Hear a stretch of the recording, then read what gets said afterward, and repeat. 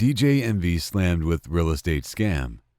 5 months after an Instagram account accused DJ Envy, a New York City radio host, of being involved in a big real estate investment scam in New Jersey, things have become a mess with lots of lawsuits, legal fights, money problems, and news stories.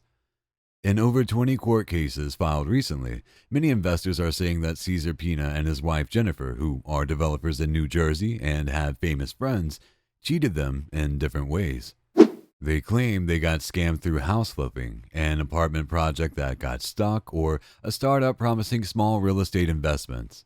Some of these lawsuits, including one from Anthony Martini, a music industry pro, also points fingers at DJ Envy, saying he was close to Pina and helped promote them on his hip-hop radio show, The Breakfast Club.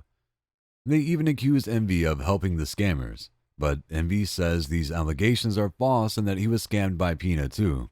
He's suing the social media influencer who spread these claims, saying it's all a boost to his own real estate business and he wants to be removed from the investor lawsuits. So, how did all of this happen? What are the exact accusations? And what's coming next? Here's what you need to know about this growing problem. Who is Cesar Pina? Cesar Pina presents himself as a real estate expert, often sharing his work on a star-studded Instagram page, featuring photos of him with celebrities like Snoop Dogg, 50 Cent, Post Malone, and Meek Mill. On his website, he claims to have been fixing and selling homes in New Jersey for more than 10 years, and he says he owns 1,100 rental properties in Paterson, New Jersey. One of the celebrities often seen with Pina is DJ Envy, who has co-hosted The Breakfast Club, a popular hip-hop radio show on Power 105.1 in New York for over a decade. Pina and Envy had a close public relationship, with Pina appearing on the show several times as a guest. They even co-hosted seminars on real estate investing from 2018 onwards. As recently as June 2022, Pina appeared on The Breakfast Club to promote an investment platform he was launching called Flip2DAO. This platform would allow users to make small investments in real estate projects. Throughout the interview, Envy talked about his relationship with the developer and the value of his new investment tool, suggesting it was a way for people to invest in their real estate projects. What accusations were made? In May, an Instagram account, Tony the Closer, real name Tony Robinson, started accusing Pina of some serious wrongdoing. Robinson claimed that Pina, using his celebrity status, had scammed a lot of people. He took their money for property flipping investments, promising big profits, but ended up giving them very little or nothing in return.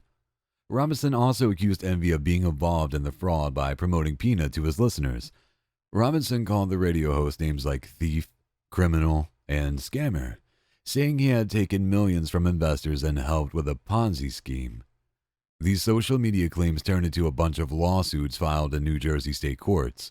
In May, a company called Amy Flips said that they gave Pina $500,000 for investments and only got $30,000 back. A month later, Trevor Roman from New York claimed Pina owed him $280,000, saying he was one of many who fell for the scam. In July, Paul Peralta from New Jersey said he gave Pina $600,000 as part of a Ponzi scheme and investment scam, and he said it was promoted by a radio show called The Breakfast Club. Then, in July, music executive Anthony Martini and another investor named Anthony Barone filed a case. They said they lost $1.5 million after Pina tricked them into investing in a big 50-unit apartment project in Paterson that never got finished. They also invested $300,000 in the Flip2DAO platform. They took it a step further and named DJ Envy as the defendant in the lawsuit. They said DJ Envy didn't just talk about Pina on the air, but he personally attended a pitch meeting with Barone and even led a tour of Pina's New Jersey properties with him. They mentioned Pina's appearance on The Breakfast Club in June 2022, where he talked about Flip2DAO. Sean Mack, the lawyer for Martini and Barone, said that without Casey's involvement in making the real estate investment seem legitimate and presenting himself as a partner with the Pinas, the plaintiffs wouldn't have put their money in. In total, Pina is dealing with 20 lawsuits, with nearly half of them being filed since the start of August. Envy is named in 9 of these cases. It's not clear how much money Pina is accused of owing investors, but in an August filing, Martini's lawyer said that over 30 victims have come forward seeking more than $40 million. Pina's lawyer, Stephen Griegel, didn't respond to Billboard's request for comment. However, in one case, he argued that Pina's investors did get their initial investment back, and by demanding the big profits they were promised, they were actually breaking New Jersey law. Griegel wrote, "The plaintiff in this case is boldly seeking the court's assistance to recover triple damages and attorney's fee for loan sharking, even after it has been paid amounts in excess of New Jersey's criminal unserious laws. Obviously, the court should not be a part of validating this."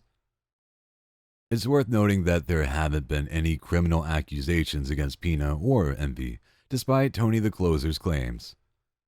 What has DJ Envy said? DJ Envy consistently denied any involvement in the allegations against Pina, saying he wasn't part of Pina's deals and wasn't aware of any fraud. Despite this, the scandal continued to gain attention, including a news report with interviews of alleged victims who mentioned they'd invested after seeing Pina with DJ Envy on social media. Envy also addressed the allegations on The Breakfast Club, stating he gave money to Pina and didn't see a return, implying he, too, might have been a victim. Envy lawyers argue he wasn't directly involved in Pina's dealings, and he filed a lawsuit against Tony the Closer for defamation and interference in his business, claiming that Robinson's allegations were false and intended to bring attention to his own real estate business. Robinson did not comment on the allegations. What comes next? In recent developments, two of Cesar Pina's companies, namely Warehouse Real Estate Investments LLC and Taylor Court Apartments LLC, which manage the 50-unit apartment project in Patterson, have filed for federal bankruptcy since the beginning of August. Jennifer Pina, Cesar's wife, who was a defendant in many of the civil lawsuits, has attempted to file for personal bankruptcy multiple times but has faced rejections due to procedural issues. Notably, Cesar Pina himself has not sought bankruptcy protection at this time. Concerned that they may never recover their investments, some of Pina's disgruntled investors have proactively engaged in these bankruptcy cases. They have requested the court to appoint a trustee, an independent attorney appointed by the U.S. Department of Justice, to oversee these cases and ensure equitable distribution of any remaining assets to creditors. This approach has proven successful, with U.S. bankruptcy judge Rosemary Gambardella ruling in favor of Chapter 11 trustee in both bankruptcy cases. This move is seen as a more efficient way to untangle the intricate web of alleged debts and misconduct compared to pursuing numerous separate lawsuits. The trustee's role will be crucial in organizing and fairly allocating assets to the many victims of the Pina's alleged fraudulent activities. With this, we would like to end this video with the hope that you have liked and enjoyed it. If you like our content, make sure that you like our video, and do share your views and opinions with us in the comment section below.